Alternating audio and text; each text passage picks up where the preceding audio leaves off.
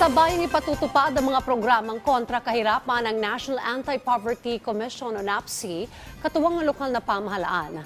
Ayon kay National Anti-Poverty Commission Lead Convener Secretary Lopez Santos III, nakafocus ang NAPC sa paghahanap sa mga pinakamahihirap na individual at komunidad, gaya ng nasa sektor ng agrikultura, naninirahan sa mapanganib na lugar, indigenous peoples at mga nasa liblib na lugar para maihatid sa kanila mga programa ng gobyerno at maibabang antas o tuluyang malis sila sa kahirapan. Patutupad ang programang may kaugnayan sa National Anti-Poverty Action Agenda tulad ng pagbibigay ng tamang edukasyon, serbisyong medikal, programang pangkalusugan, pabahay at green jobs o trabaho sa mahirap nating kababayan. Patuloy na makikipag-ugnayan sa mga lokal na pamahalaan at ahensya ng gobyerno at palalakasin ang pamahagi ng impormasyon kasama ang inyong PTV para malaman ng ating mga kababayan ang National Anti-Poverty Programs para sa kanila.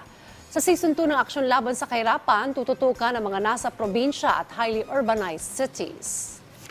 This time, ang ating kasama na dito ay ang mga probinsya at ang mga highly urbanized cities. Papalakasin pa natin yung mga basic sector participation.